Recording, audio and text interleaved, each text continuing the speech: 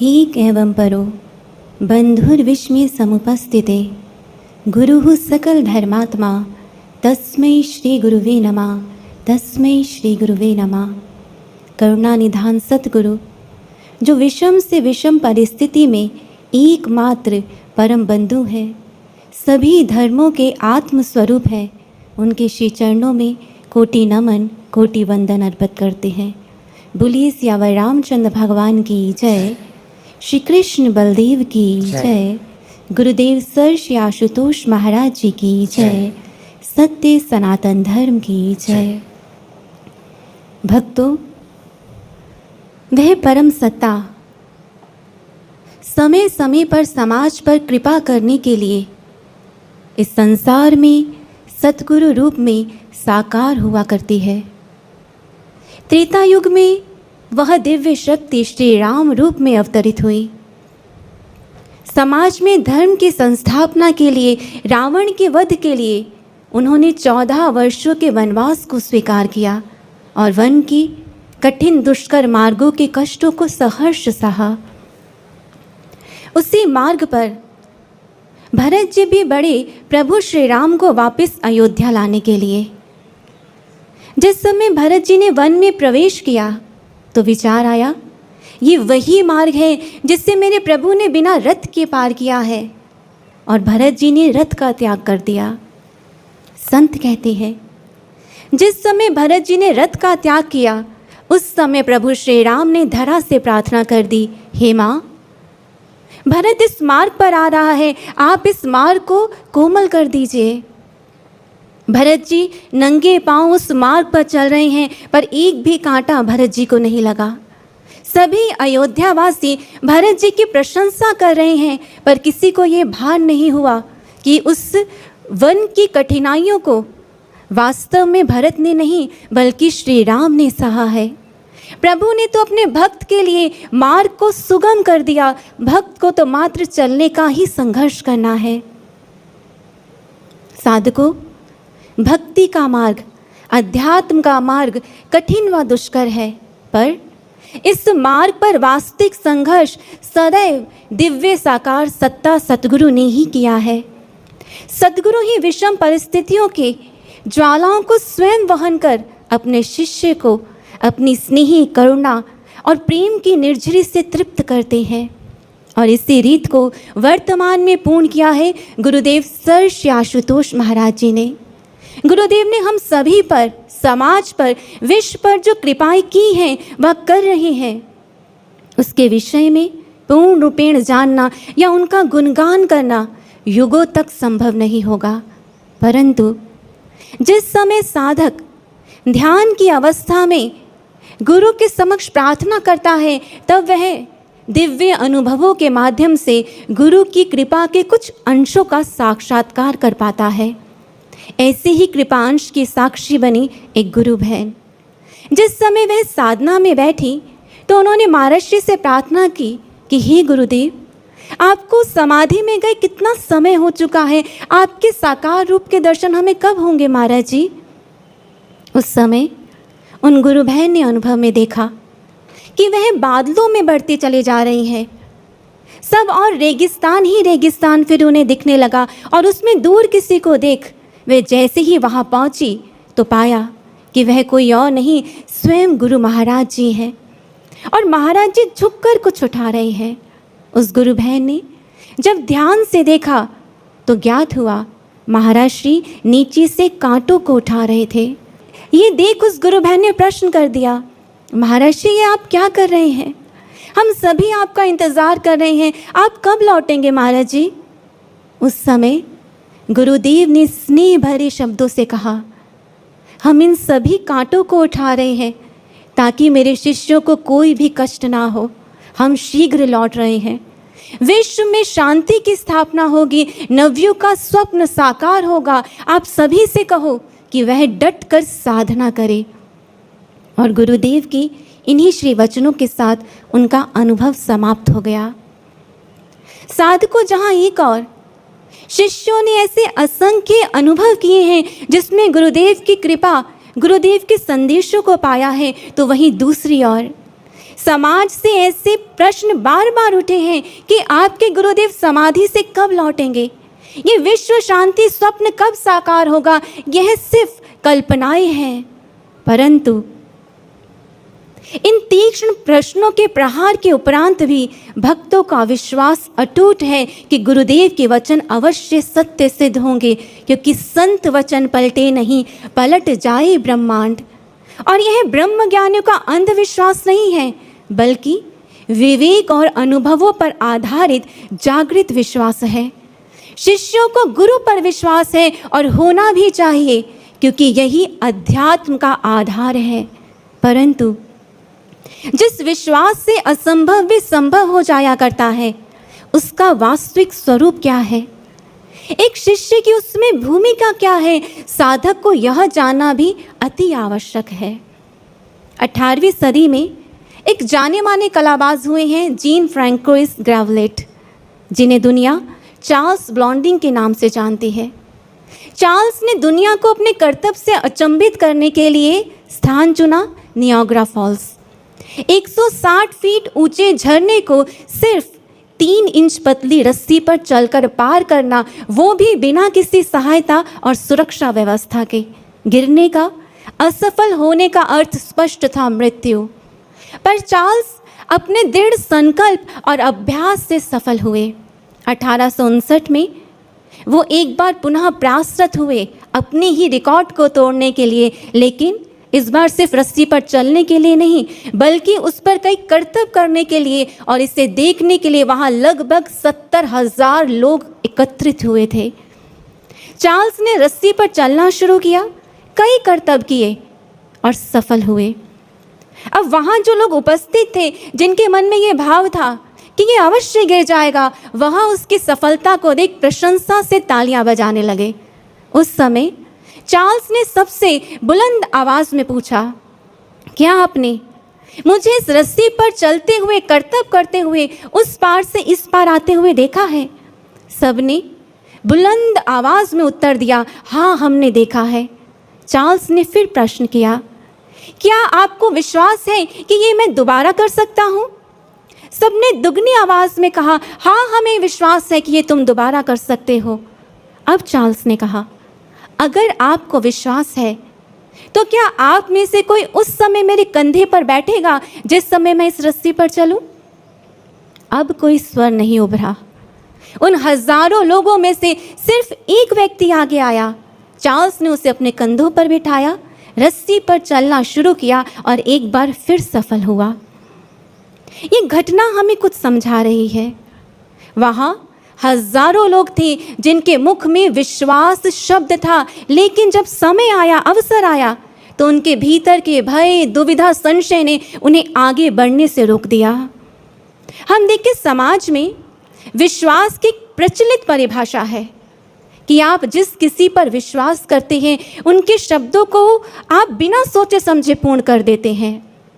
परंतु क्या यह विश्वास की पूर्ण परिभाषा होगी?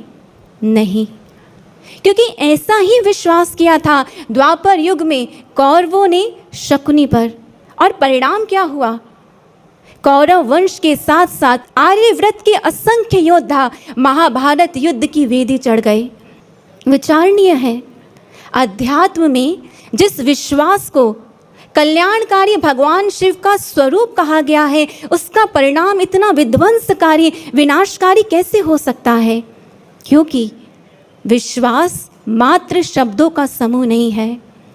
विश्वास एक सटीक समीकरण है, एक दिव्य प्रक्रिया है जो अध्यात्म के क्षेत्र में घटित होती है। और इसका सूत्र क्या है?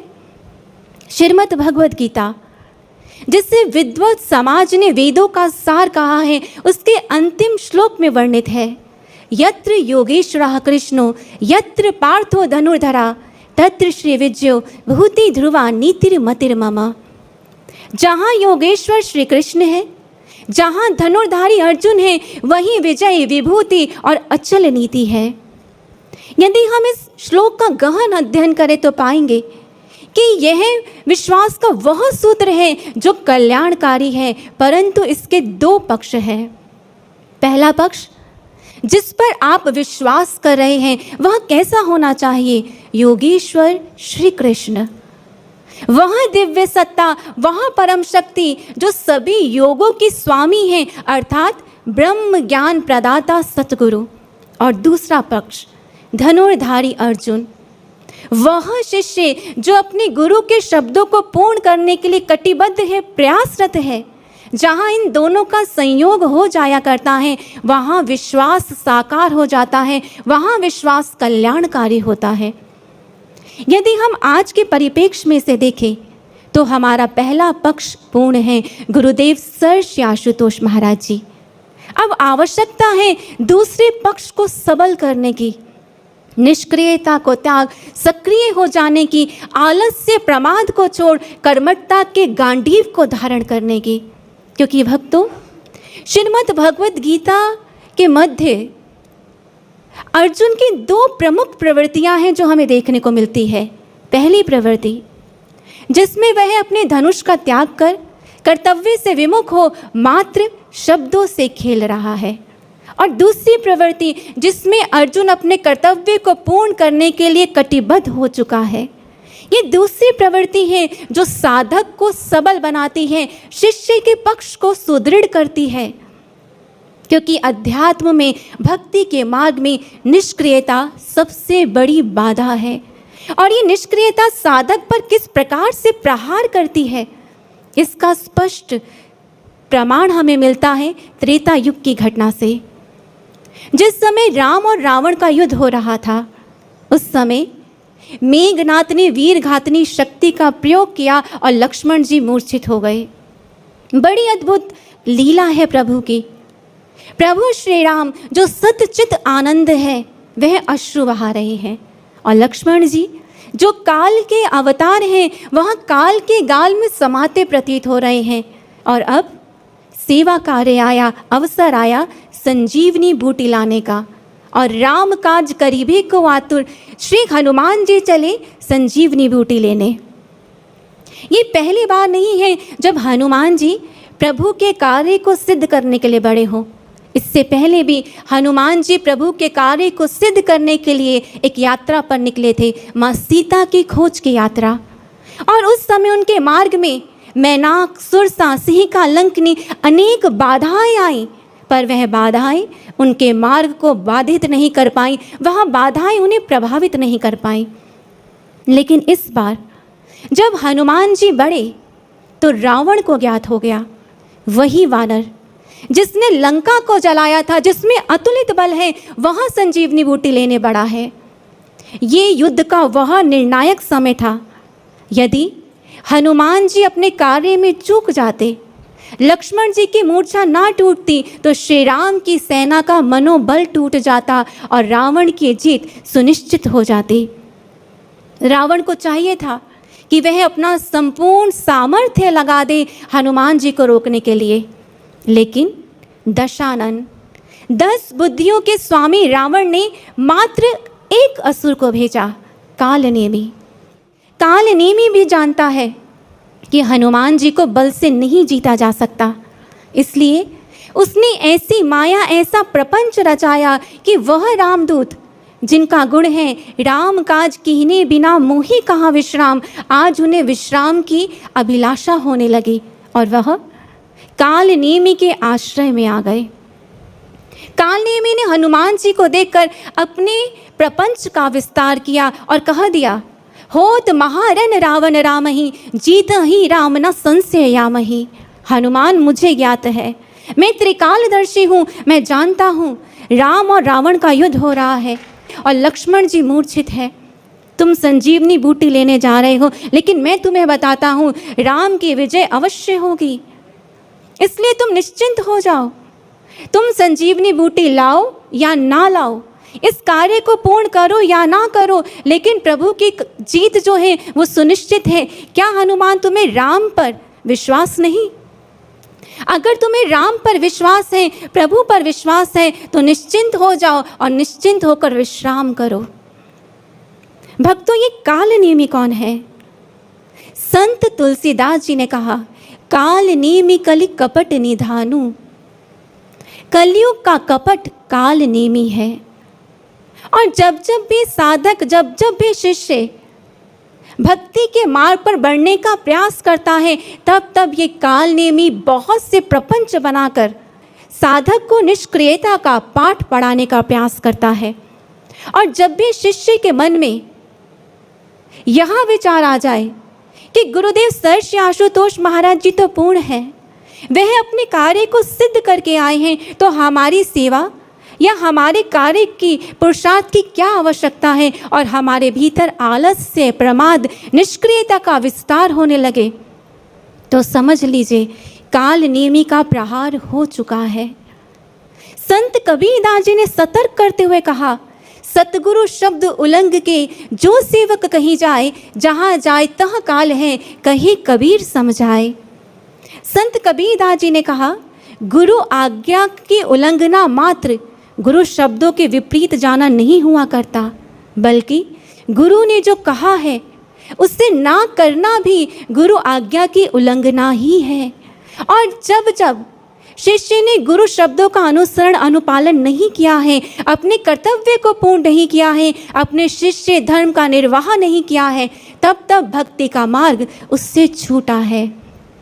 कुटिल चाल कली काल चल रहा, युग की गति पहचानो। विचार करें, यदि त्रेता युग में कलयुग का प्रभाव इतना प्रबल था कि श्री हनुमान जी जैसे भक्त को उसने कुछ क्षणों के लिए भ्रमित कर दिया, तो आज इस घोर कलयुग में ये कलिकाल किस प्रकार से भक्तों को संशित करने के लिए, भक्तों को भ्रमित करने के लिए प्रयास कर रहा होगा।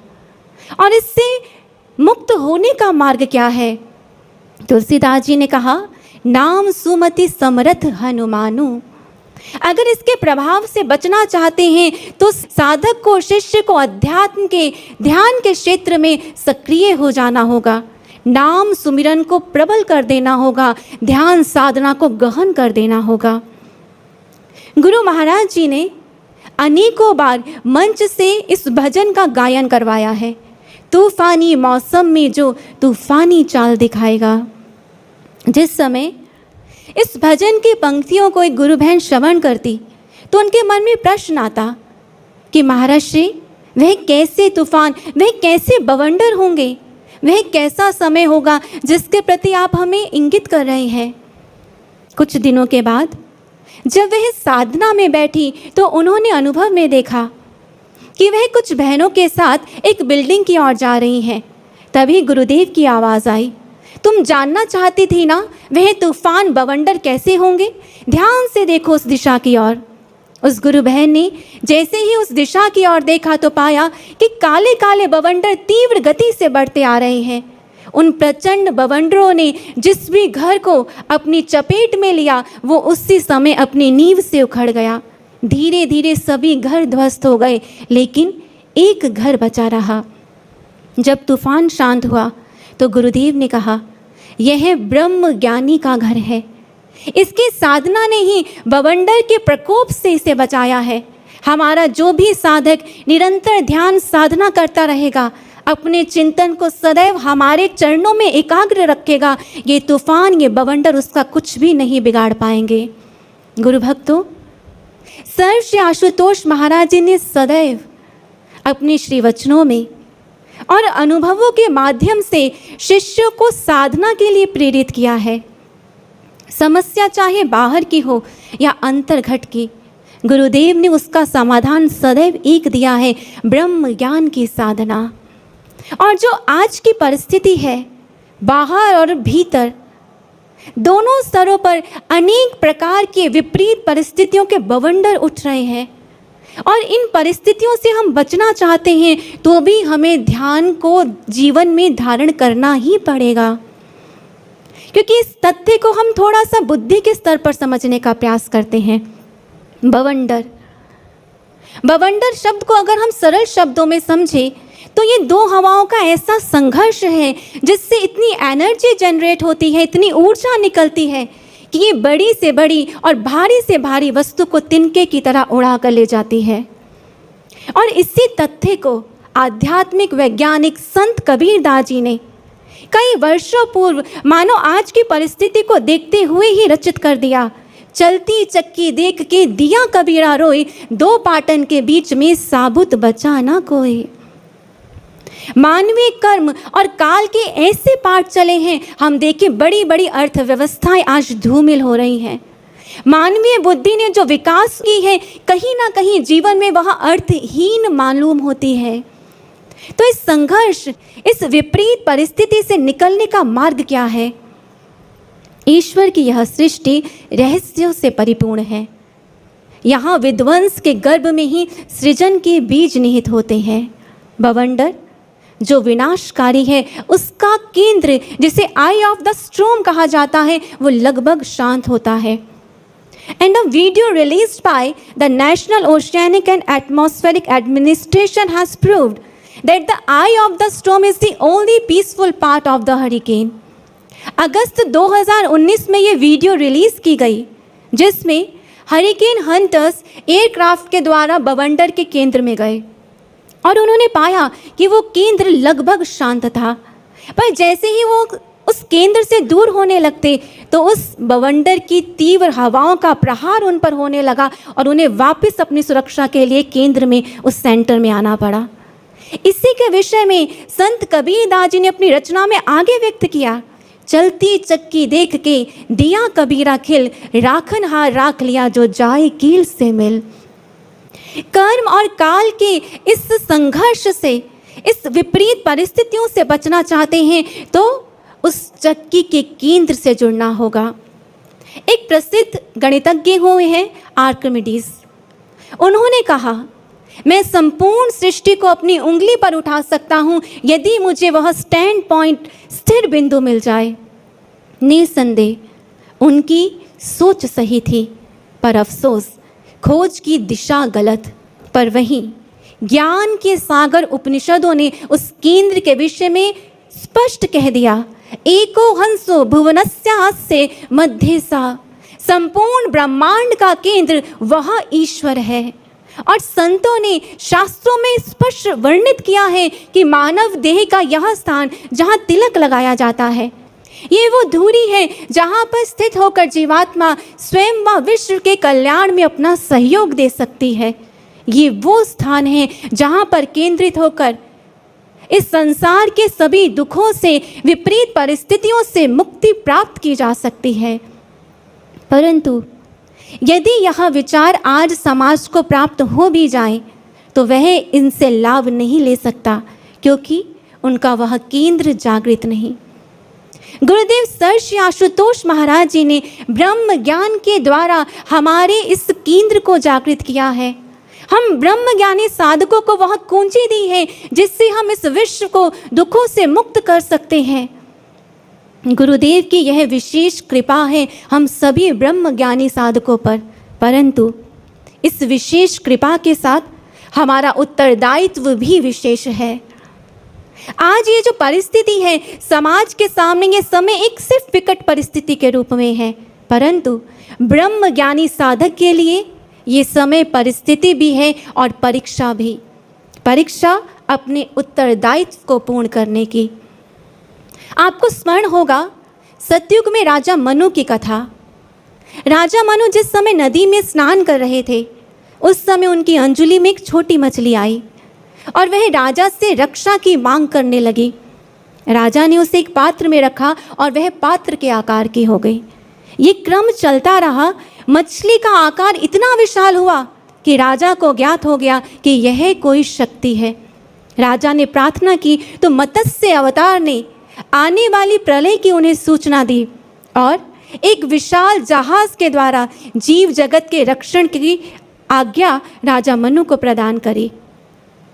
अब राजा मनु के समक्ष प्रलय की परिस्थिति के साथ साथ यह परीक्षा थी कि क्या वह प्रभु के शब्दों पर विश्वास कर अपने कर्तव्य को, अपने उत्तरदायित्व को पूर्ण करेंगे या फिर विश्वास के नाम पर निष्क्रिय हो जाएंगे। लेकिन राजा मनु ने अपने कर्तव्य को, अपने उत्तरदायित्व को पूर्ण किया, विश्व के कल्याण में अपना सहयोग प्रदान किया। जिस प्रकार प्रभु ने राजा मनु को प्रलय से पूर्व ही उसकी सूचना देकर उन्हें सहयोग देने का अवसर प्रदान किया था, उसी प्रकार युग प्रवर्तक विश्व शांति पुरोधा गुरुदेव सर श्री आशुतोष महाराज जी ने हम सभी ब्रह्मज्ञानी साधकों को नवयुग की स्थापना, विश्व शांति जैसे महान लक्ष्य में सहयोग देने के लिए अवसर प्रदान किया है। ये परिस्थिति और परीक्षा का जो समय है ये बाधा नहीं है, अपितु वो मार्ग है जिसके द्वारा हम कलयुग की घोर निशा से निकलकर नवयुग प्रभात की ओर अपने कदमों को बढ़ा सकते हैं। लेकिन इसके लिए साधक को अपने भीतर प्रसन्नता और उत्साह को धारण करना होगा। इस अवसर का लाभ लेने के लिए साधक को अपने भीतर जज्बा भरना होगा। जिस समय भारत में स्वदेशी आंदोलन आरंभ हुआ, उस समय महाराष्ट्र के गांव-गांव तक इस संदेश को पहुंचाने के लिए बाल गंगाधर तिलक जी ने अखबारों और भाषणों द्वारा इस मुहिम को छेड़ा। जहां एक और ये आंदोलन गति पकड़ता गया, वहीं दूसरी ओर देश में सूती वस्त्रों, कागज आदि के उत्पादन में भी गति बढ़ती चली गई। और इस आंदोलन को सफल करने का जुनून इस कदर सब पर हावी था, इसका अनुमान कोल्हापुर राजा राम कॉलेज में घटी एक घटना से लगाया जा सकता है। जिस समय वहाँ पर विद्यार्थी परीक्षा के लिए उपस्थित हुए और उन्हें लिखने के लिए कागज़ आंसर शीट्स दी गई, तो कुछ ही समय में उस कागज़ के टुकड़े पूरे परीक्षा भवन में फैले थे और सभी छात्रों ने मांग कर दी, हम लिखने के लिए विदेशी कागज़ों का इस्तेमाल नहीं करेंगे। और जिस समय यह बात उच्च अधिकारियों तक पहुंची तो उन्होंने सभी छात्रों को 6-6 चाबुक लगाने की सज़ा सुनाई। अपने लक्ष्य को पूर्ण करने का ऐसा जज्बा, ऐसा जुनून कि चाबुक पड़ने पर भी उन युवाओं के मुख से आह नहीं निकली, बल्कि उनके शब्द थे कि कृपया हमें मारने के लिए विदेशी नहीं स्वदेशी चाबुक का इस्तेमाल कीजिए। ऐसा जज्बा उन स्वतंत्रता सेनानियों में था। आज उन्हीं की तरह सृजन सेनानियों को भी एक आंदोलन करना है, आध्यात्मिक आंदोलन। वह आंदोलन जो पूरे विश्व को कलयुग की अज्ञानता की बेड़ियों से मुक्त कर सकता है, परंतु इस आंदोलन की सफलता के लिए आवश्यकता है ब्रह्म ज्ञानी साधकों की निरंतर गहन साधना की। महर्षि अरविंद ने भी अपनी रचना सावित्री में सृजन सेनानियों को गहन साधना के लिए प्रेरित करते हुए कहा, To raise the world to God in deathless light, to bring God down to the world on earth we came, to change the earthly life to life divine। ही सृजन साधकों, ऐसी साधना और संघर्ष में तब करो कि स्वयं सहित समस्त संसार को परम चेतना के अमृतमय प्रकाश तक उठा दो। भक्तों, आज अपने कर्तव्य को पूर्ण करने के लिए, अपने शिष्य धर्म का निर्वाह करने के लिए हमें ध्यान के क्षेत्र में सक्रिय होना ही पड़ेगा। स्वहित व सर्वहित के लिए साधना करनी ही पड़ेगी। खुद के निर्माण और समाज के उत्थान के लिए हमें ध्यान करना ही होगा। लेकिन ये मार्ग सरल नहीं होगा, क्योंकि जिस समय साधक ध्यान क्षेत्र में कटिबद्ध हो जाता है अपने लक्ष्य को पाने के लिए, उस समय एक भीषण संग्राम उसके सामने होता है। वह युद्ध जो उसे स्वयं से लड़ना है, वह युद्ध जो उसे खुद के विकारों से लड़कर उसे विजित करने के लिए करना पड़ता है। योगानंद परमहंस जी, उनके आश्रम एक साधक चंचल प्रवृत्ति का था। योगानंद जी ने एक बार उसे अपने पास बुलाया और हल्की डांट लगाते हुए कहा, पुत्र, तुम्हें अधिक ध्यान करना चाहिए। तुम्हें अपने मन के भीतर गंभीरता और स्थिरता को धारण करने का प्रयास करना चाहिए। शिष्य ने सच्चे हृदय से अपने दोष के प्रति पश्चाताप करते हुए कहा, गुरुदेव, मैं भी चाहता हूँ कि ध्यान करूँ, मैं भी चाहता हूँ कि अपने दोषों को समाप्त कर दूँ, लेकिन गुरुदेव ये आपके आशीर्वाद के बिना संभव नहीं हो सकता। जैसे ही शिष्य ने ये प्रार्थना की, योगानंद परमहंस जी ने कठोर और स्पष्ट शब्दों में कहा, मेरा आशीर्वाद तुम्हारे साथ है, ईश्वर का आशीर्वाद तुम्हारे साथ है, अब तुम्हें स्वयं के आशीर्वाद की आवश्यकता है। गुरुदेव सर श्री आशुतोष महाराज जी समझाते हैं, गुरु कभी भी शिष्य को निष्क्रिय नहीं बनाते, बल्कि उसके भीतर कर्म की चेतना भर देते हैं, उसे ऐसा श्रेष्ठ योद्धा बनाते हैं जो जीवन के हर संग्राम में विजित हो जाए। और गुरुदेव की यही आशा हमसे भी है। और यदि हम भी गुरु के कार्य को सिद्ध करना चाहते हैं, ध्यान क्षेत्र में विजय योद्धा बनना चाहते हैं, तो साधकों को दृढ़ संकल्प धारण करना ही होगा। ऐसा दृढ़ संकल्प जैसा महात्मा बुद्ध के शिष्य पंडिता ने धारण किया था। महाबुद्ध का शिष्य पंडिता एक बार भिक्षु सारिपुत्र के साथ भिक्षाटन के लिए जा रहा था। उस समय मार्ग में कुछ किसानों को खेतों में काम करते हुए उसने देखा, तो भिक्षु सारिपुत्र से प्रश्न कर दिया, हे महात्मन, पानी के भीतर सुषुप्त चेतना है, लेकिन फिर भी उसके बहाव को जिस भी दिशा में चाहो उस दिशा में मोड़ सकते हैं ना? भिक्षु सारिपुत्र ने कहा, हाँ तुम सही कहते हो। दोनों आगे बढ़ चले। अब पंडिता की दृष्टि गई कुछ तीरंदाजों पर, जो तीरों का निर्माण कर रहे थे, तीरों को सीधा कर रहे थे। वहीं कुछ कारीगर जो लकड़ी से पहियों को बना रहे थे। ये दृश्य पंडिता ने अनेकों बार पहले भी देखे थे, पर आज एक गहरा प्रभाव उसके भीतर डाल रहे थे। उसने चिंतन आरंभ कर दिया, मंथन आरंभ कर दिया। यदि वे जड़ वस्तुएं जिनके भीतर सुषुप्त चेतना है, यदि उनमें परिवर्तन किया जा सकता है, तो मेरे भीतर तो महाबुद्ध ने दिव्य चेतना को जागृत किया है, तो मैं क्यों नहीं ध्यान में स्वयं को साध सकता? और इस दृढ़ संकल्प को ले पंडिता अपने कुटीर में लौटा और साधना में रत हो गया। काफ़ी समय व्यतीत हो जाने के बाद जब भिक्षु सारिपुत्र भोजन लेकर उसके कुटीर की ओर बढ़े, तो उन्होंने देखा स्वयं महात्मा बुद्ध तथागत उसके द्वार पर खड़े होकर पहरा दे रहे हैं। और महात्मा बुद्ध ने सारिपुत्र को भी वहीं रोक लिया। कुछ समय बाद जब पंडिता ने ध्यान की अवस्था में अरिहंत पद को प्राप्त कर लिया, तो महात्मा बुद्ध ने प्रसन्नता से कहा, सारिपुत्र, जिस समय मेरा कोई भी साधक ध्यान की अवस्था में अपने लक्ष्य को पाने के लिए प्रयासरत होता है, उस समय ये संपूर्ण दिशाएं मेरे समान ही उसकी रक्षा करती है। निसंदेह यदि ब्रह्म ज्ञानी साधक दृढ़ संकल्पित हो जाए, तो इस सृष्टि की सभी दिव्य शक्तियां उसका सहयोग करती हैं। लेकिन इस दृढ़ संकल्प को धारण करने के बाद साधक को एक विचार के प्रति सदैव सतर्क रहना चाहिए। वह विचार जो उसके संकल्प को धीरे धीरे खोखला कर देता है।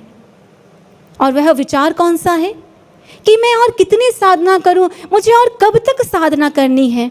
ये वो नकारात्मक विचार है जो साधक में सामर्थ्य होते हुए भी उसे धर्म से, उसे उसके लक्ष्य से च्युत कर देता है। और इसे हम एक घटना से समझते हैं भक्तों। 4 जुलाई 1952 में एक प्रसिद्ध तैराक हुई हैं फ्लोरेंस।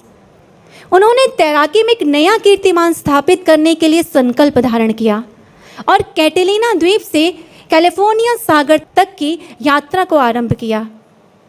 सागर का पानी बर्फ के समान ठंडा था और सामने घना कोहरा। फ्लोरेंस 16 घंटे लगातार तैरती रही, लेकिन अपने लक्ष्य से सिर्फ 1 मील की दूरी पर वो हिम्मत हार बैठी और उन्होंने अपना प्रयास छोड़ दिया। और बाद में उसके शब्द थे कि मैं सागर के ठंडे पानी से नहीं और ना ही थकान से हारी, मैं हारी तो उस घने कोहरे के कारण, जिस कारण मुझे अपना लक्ष्य नहीं दिखाई दिया और मैंने धैर्य को छोड़ दिया। साधकों, ये भूल हमसे ना हो जाए। ध्यान क्षेत्र में जब हम सक्रिय हो जाएं, उस समय नकारात्मक विचारों का चाहे कितना भी घना कोहरा क्यों ना हो, हम स्मरण रखें, यदि मार्ग सही है, कदमों में गति है, तो लक्ष्य अवश्य प्राप्त होता है। गुरुदेव सर श्री आशुतोष महाराज जी भी सदैव प्रेरित करते हैं कि भाग्योदय का स्वर्णिम अवसर उन्हें ही प्राप्त होता है जो सदैव चलता रहता है, क्योंकि रुकना जीवन नहीं, प्रमाद जीवन नहीं, संशय से ग्रस्त हो थम जाना जीवन नहीं। इसलिए सत्य के मार्ग पर सतत बढ़ते रहो। और जिस समय साधक दृढ़ संकल्पित हो, धैर्य को धारण कर ध्यान क्षेत्र में सक्रिय हो जाता है, उस समय गुरु की कृपा का वह अनुभव कर पाता है। एक ऐसा ही अनुभव, एक गुरु भाई जिस समय साधना में बैठे तो उन्होंने ध्यान में देखा कि हर और प्रलय से स्थिति है। सभी लोग डर से इधर उधर भाग रहे हैं, लेकिन उस प्रलय की स्थिति में भी एक स्थान ऐसा है जहाँ शांति ही शांति है। उस स्थान पर एक विशाल शिला है और उस विशाल शिला से तीव्र प्रकाश निकल रहा है और उस शिला पर अंकित है दिव्य ज्योति जागृति संस्थान। अनेक साधक उस स्थान पर आ रहे हैं और साधना में बैठते चले जा रहे हैं। अब अगले ही पल एक चमत्कार घटित हुआ। उस शिला के दोनों ओर से पंख निकले और उन दोनों पंखों ने साधना में बैठे सभी साधकों को चारों ओर से ढक लिया। लेकिन उस प्रलय की कुछ चिंगारियां ऊपर से उस स्थान पर आने लगी। जैसे ही वो चिंगारियां उस स्थान का स्पर्श कर पाती, इससे पहले ही उस शिला पर विराट स्वरूप में गुरु महाराज जी प्रकट हो गए। महाराज जी के भी पंख हैं और महाराज जी ने अपने पंखों से उस सारे स्थान को ढक लिया और पूरे वातावरण में महाराज जी के वचन गूंज उठे। महाराज जी कहने लगे कि हम अपने बच्चों की ठीक उसी प्रकार रक्षा करते हैं जिस प्रकार पक्षी अपने बच्चों की देखभाल करता है। और अंत में गुरुदेव ने कहा, निश्चिंत रहो पर निष्क्रिय बिल्कुल भी नहीं रहना। भक्तों, आज इन्हीं शब्दों को संबल लेकर हमने इस मार्ग में बढ़ना है, इस विपरीत परिस्थिति से बाहर निकलना है। गुरुदेव के सामर्थ्य का स्मरण कर हम निश्चिंत रहें, लेकिन ध्यान साधना के क्षेत्र में अति सक्रिय। हमें अपने गुरुदेव पर पूर्ण विश्वास है, इसलिए अपने शिष्य धर्म को भी पूर्ण करें। अपनी साधकता को इतना सबल करें कि कलयुग का कोई भी प्रहार हमारी गति को रोक ना पाए और साधक के जीवन में विश्वास की वह दिव्य प्रक्रिया घटित हो जाए। तभी तो किसी भक्त ने बहुत सुंदर कहा, आओ ऐसा प्रयास करें गुरु वचनों को साकार करें, कर्मठता का गांडीव धर शिष्य धर्म का निर्वाह करें, सूत्र हो फिर सिद्ध विश्वास साकार हो जाए, साधकों की साधकता देख वर्तमान यह गाए। यही है करुणा निधान आशुतोष ब्रह्म ज्ञान प्रदाता, यही है साधक जिनका कर्मठता से घनिष्ठ है नाता। यही है विजय, यही विभूति, यही है नीति अचल, यहीं से होगा नवयुग का सूर्य उदित प्रबल, यहीं से होगा नवयुग का सूर्य उदित प्रबल। अंत में यही प्रार्थना करते हैं कि गुरुदेव के महान लक्ष्य में उनके द्वारा प्रदत्त ब्रह्म ज्ञान द्वारा हम सभी साधक विश्व में शांति और समृद्धि के लिए अपना सहयोग दे पाएं और इसी मंगल कामना से कि विश्व में चहुओर शांति समृद्धि का विस्तार हो, इन विचारों को विराम देते हैं और प्रभु के चरणों में जय घोष अर्पित करते हैं।